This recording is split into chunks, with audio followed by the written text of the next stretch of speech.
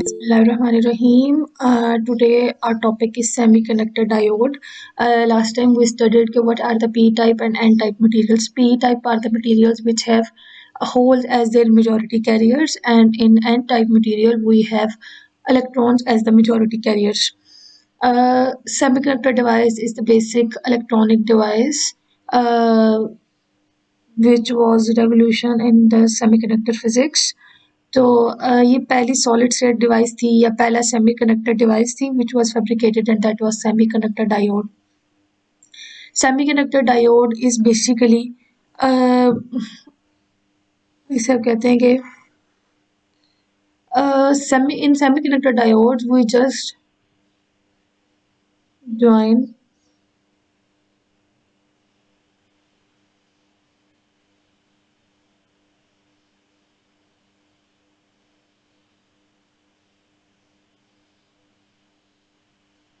हम ये एक पी टाइप है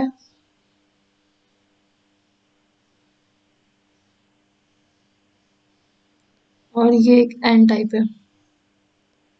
इसे ज्वाइन करते हैं या फिर आप ये कह सकते हैं कि आप एक क्रिस्टल के एक तरफ पी टाइप ग्रो कर रहते हैं और एक तरफ एन टाइप ग्रो करते हैं. अब ये जो पी टाइप मटेरियल है यहाँ पर आपके पास जो होल्स हैं ये मेजॉरिटी कैरियर्स हैं.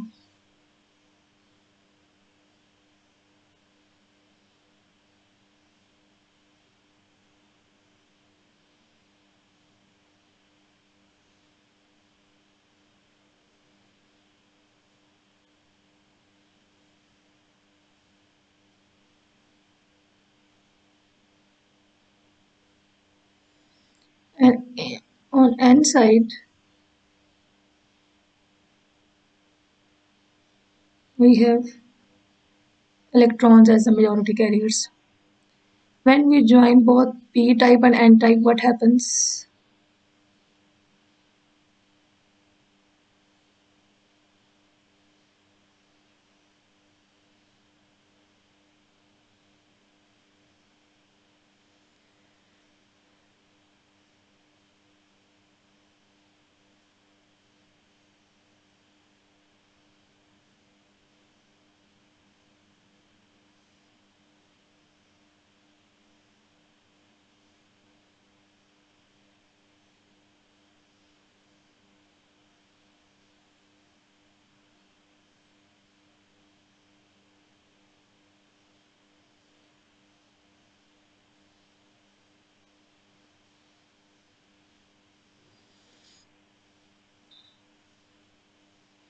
जब आप पी और एन टाइप को ज्वाइन करते हैं तो उनका ये जो ज्वाइनिंग पॉइंट है, ये जो बॉर्डर लाइन है, इसमें क्या होता है कि कुछ इलेक्ट्रॉन जो है वो एन से पी में और कुछ होल्स जो है वो पी से एन में डिफ्यूज कर जाते हैं.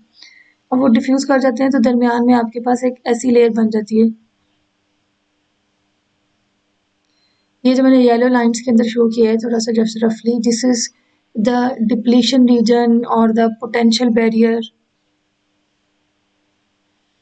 ये जो रीजन है ये एक न्यूट्रल रीजन बन गया. दरमियान में एक थिन लेयर बन गई है जो कि आप कह सकते हैं कि एक बॉर्डर लाइन बन गई है, एक वॉल बन गई है which will reduce the further diffusion of electron and holes from one side to another. इसे आप कहते हैं पोटेंशियल बैरियर भी कहते हैं.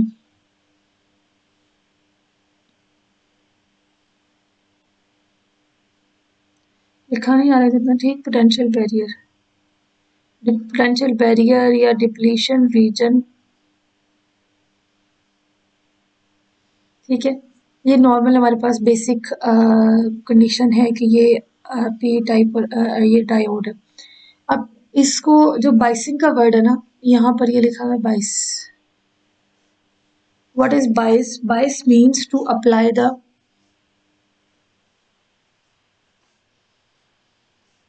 बाइस मीन्स टू अप्लाई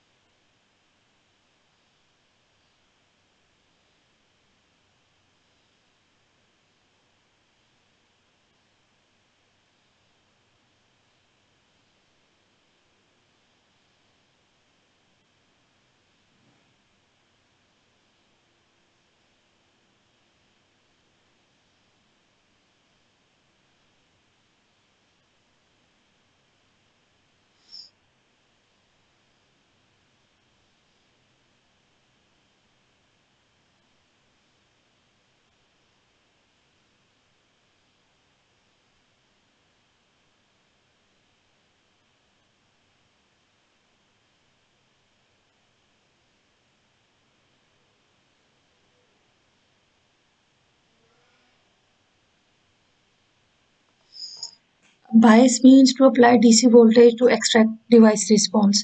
ये अभी तक आपने एक डिवाइस बनाई है, पीएन जंक्शन डायोड्स बनाए हैं। अब बायस मीन्स कि आप उस पर कोई डीसी वोल्टेज अप्लाई करेंगे उसका रिस्पॉन्स देखने के लिए। So there are two types, three types book में आप लोग लिखा हुआ है। एक नो बायस है, एक फॉरवर्ड बायस है और एक रिवर्स बायस है। What is no applied bias? No applied bias case is the case when we apply no DC voltage. When we apply no DC voltage, तो ये कंडीशन आपके पास ऐसी है कि जैसे आपके पास एक डायोड आपकी लैब के टेबल पे आइडल पड़ा हुआ है, उस पर आपने कोई वोल्टेज कोई कनेक्शन नहीं दिया हुआ।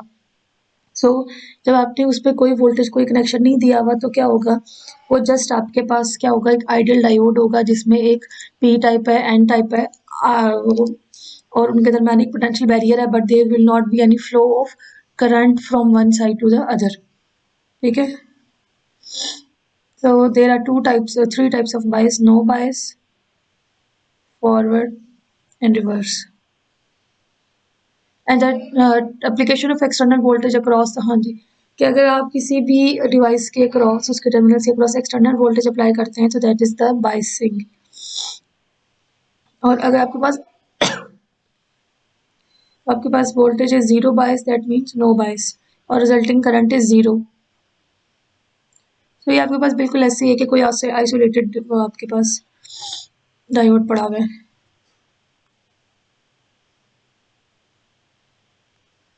तो सिंपली आपके पास इसमें क्या बनेगा, एक डिप्लीशन रीजन बन जाएगा।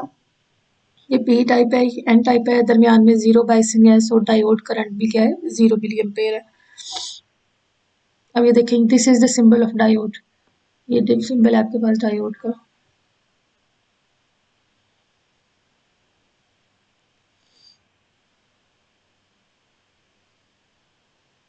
ये दोनों उसके टर्मिनल्स है, ये पी टाइप का टर्मिनल है, ये एन का।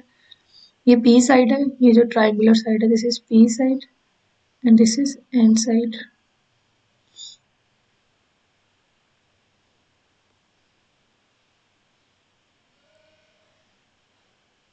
अच्छा जी।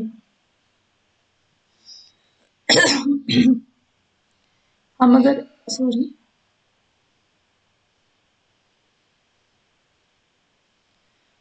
अगर आप माइनॉरिटी कैरियर्स फ्लो की बात करो तो यहाँ पी टाइप से इलेक्ट्रॉन्स फ्लो करेंगे राइट साइड पे और एन से होल्स फ्लो करेंगे लेफ्ट साइड पे। ये माइनॉरिटी कैरियर्स का फ्लो होगा। और अगर आप मेजॉरिटी कैरियर्स का फ्लो की बात करें तो ये पी टाइप है, यहाँ से होल्स फ्लो करेंगे राइट पे और इधर से इलेक्ट्रॉन्स फ्लो करेंगे लेफ्ट पे। लेकिन क्योंकि आपके पास ये नो बाइसिंग है तो यहाँ पर 0 वोल्ट्स है और 0 ही करंट है। दिस इज जस्ट बेसिक, जैसे आपको क्लियर करने के लिए। आगे बेसिक जो चीज़ आती है वो होती है,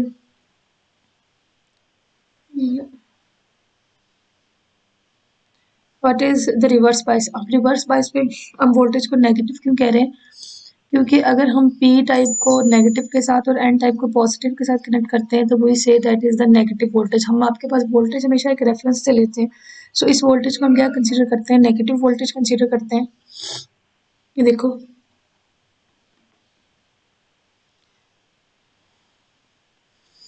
अब इसमें क्या है हमारे पास, जब आपने पी टाइप को नेगेटिव टर्मिनल से कनेक्ट कर दिया और एन टाइप को पॉजिटिव टर्मिनल से कनेक्ट कर दिया, सो इनिशियली क्या होगा, देयर विल बी अट्रैक्शन, कि यहाँ से जो होल्स हैं वो इस नेगेटिव टर्मिनल की तरफ अट्रैक्ट होंगे और यहाँ से जो इलेक्ट्रॉन है वो इस पॉजिटिव टर्मिनल की तरफ अट्रैक्ट होंगे।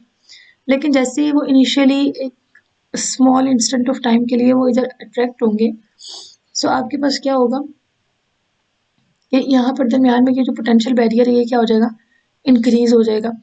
और इस पोटेंशियल बैरियर के इंक्रीज होने से हमारे पास फर्दर करंट का फ्लो जो है वो नहीं हो सकता। सिर्फ हमारे पास एक स्मॉल जो माइनॉरिटी कैरियर्स का फ्लो हो सकता है, वो बहुत कम है। हम जितना भी इस वोल्टेज को इंक्रीज करते जाएं हमारे पास ये डिप्लीशन रीजन जो है ये इंक्रीज होता जाएगा, this widening of depletion region.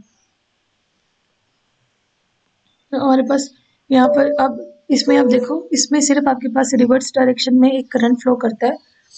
वो क्या होगा, इधर से हमारे पास इस पॉजिटिव टर्मिनल से, क्योंकि हमारे पास करंट जो है वो हम कन्वेंशनल डायरेक्शन में ले रहे हैं, सो यहाँ से अगर आप देखो तो सिर्फ एक स्मॉल करंट आपके पास फ्लो करेगा इन द रिवर्स डायरेक्शन, जिसमें हमारे पास क्या होगा, माइनॉरिटी कैरियर्स फ्लो करेंगे।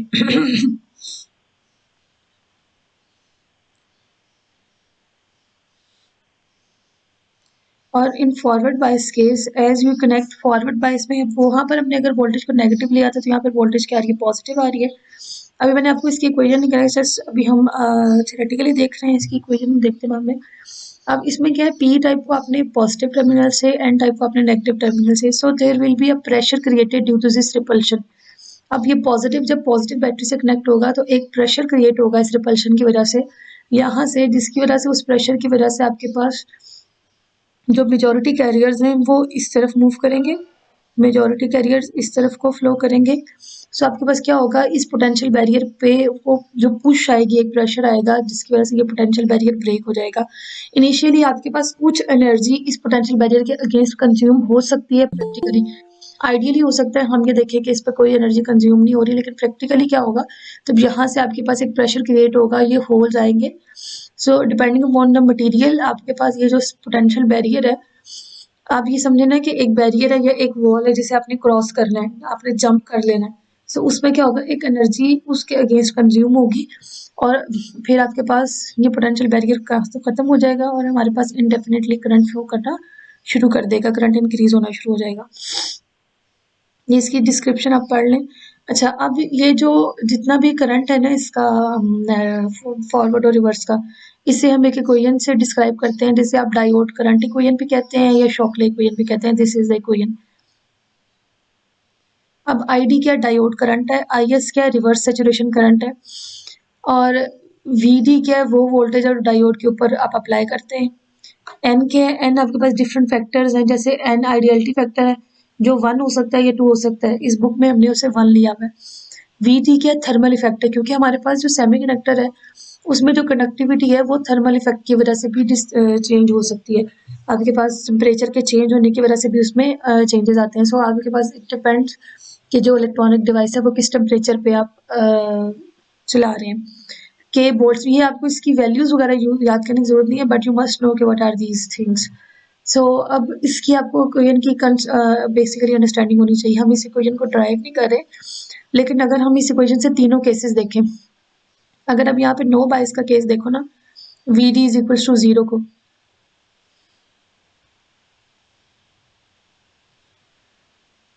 अगर आप V D is equal to 0 को देखो तो वी डी अगर 0 हो, अगर ई की पावर 0 हो तो क्या हो जाएगा, 1 आ जाएगा। अगर आप इसको 1 देखते हैं तो क्या होगा, 1 माइनस 1 0 हो जाएगा, एंड यू विल सी कि आपके पास अगर वोल्टेज 0 है तो हमें मैथमेटिकली इस इक्वेशन से भी प्रूफ हो जाएगा कि आपके पास करंट कितना आएगा, 0 आएगा।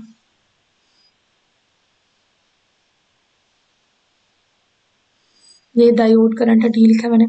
और अगर हमारे पास फॉरवर्ड बायस है, ये फॉरवर्ड का केस है, फॉरवर्ड में हमने लिखा था वी डी ग्रेटर देन 0, इसका मतलब है वी डी पॉजिटिव है। अब ये जो ई रेज टू पावर है ना, ये इसे एक्सपोनेंशियल फंक्शन कहते हैं, शायद आपने मैथमेटिक्स में कभी पढ़ा हो। जो एक्सपोनेंशियल फंक्शन होता है उसकी ये प्रॉपर्टी होती है कि अगर आप उसकी पावर को, अगर आप e raise to power x का ग्राफ बनाते हैं,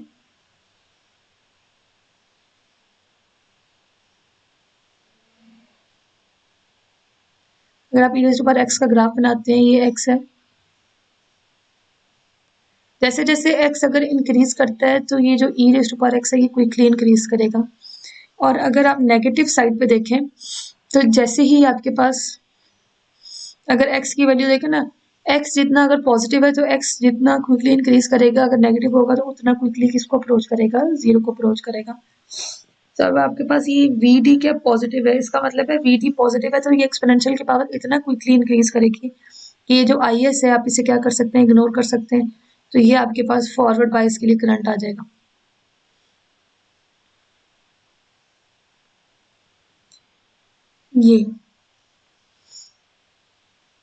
ये फॉरवर्ड बायस के लिए करंट है, ब्लू लाइन से शो किया गया है हमारे पास। ये क्या है, हमारे पास जैसे जैसे आप वोल्टेज इंक्रीज करें क्विकली आपके पास क्या हो रहा है, करंट भी इंक्रीज हो रहा है। और वी डी यहाँ पर आपके पास कितना है, वोल्ट्स में है, और करंट कितना है, मिली एम्पेयर्स में। हमारे पास फॉरवर्ड बायस में करंट किस में आ रहा है, मिली एम्पेयर्स में। ये दूसरी साइड है जिसे हम शो कर रहे हैं रिवर्स बायस से। अब रिवर्स बायस में अगर यहाँ पर देखें तो करंट आ रहा है पिको एम्पेयर्स में। ये चीज़ याद रखना कि फॉरवर्ड बायस में उसी ग्राफ में अगर आप प्लॉट करें So along the positive y-axis, we are getting the forward bias current, which is in milliamperes, and along the negative y-axis, we are getting the reverse bias current, which is in picoamperes. ये वो exponential के graph की मैं बात कर रही हूँ कि अगर आप एक्सपोनेंशियल की बात करो ना ई रेस टू पावर की, तो जैसे जैसे एक्स की पावर बढ़ती जाती है, आप देखो ई रेस टू पावर 320 है और ई रेस टू पावर 5 148 है, यानी आपके पास ये पावर क्विकली इंक्रीज करती है। जाहिर है जितना क्विकली अगर एक चीज इंक्रीज कर रही है, तो अगर आप 1/e(x) लोगे, यानी ई रेस टू पावर अगर आप -x लोगे, अगर आपके पास जो वीटी है वो 0 है, तो ये क्या हो जाएगा, -2 आएगा फॉर एग्जाम्पल, या फिर आपके पास ई रेस टू पावर -10 आएगा। तो इसका मतलब है वो भी उतना क्विकली किसको अप्रोच करेगा, 0 को अप्रोच करेगा। अगर ये उतना क्विकली 0 को अप्रोच करेगा, तो फिर आपके पास यहाँ पर ये जो इक्वेशन थी इसकी, ये जो इक्वेशन है, अगर हम इसको रिवर्स बाइसिंग के लिए करते हैं, वी डी नेगेटिव करते हैं, सो हम कह रहे हैं कि अगर ई जो एक्सपोनेंशियल पॉजिटिव पावर के लिए बहुत क्विकली इंक्रीज करता है, तो नेगेटिव के लिए वो फिर किसको अप्रोच करेगा, 0 को अप्रोच करेगा। सो ये वाली फर्स्ट टर्म अगर 0 हो जाती है, तो आपके पास भी ये जो आई डी आता है वो जस्ट कितना आ जाएगा, -IS, यानी वो सिर्फ रिवर्स सेचुरेशन करंट के इक्वल है। ये कुछ यूँ होगा, आई डी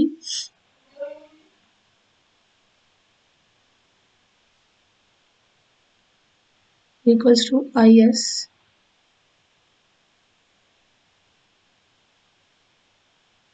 और यहाँ पर ये जो ई रेस्ट पर वी डी है वो 0 हो जाएगा, -1, तो ये आ जाएगा -1 इंटू IS। तो आपके पास जो फिर रिवर्स बाइसिंग में करंट है वो किसके इक्वल हो जाएगा, ID will be equals to -IS, यानी वो सिर्फ रिवर्स सेचुरेशन करंट के इक्वल होगा।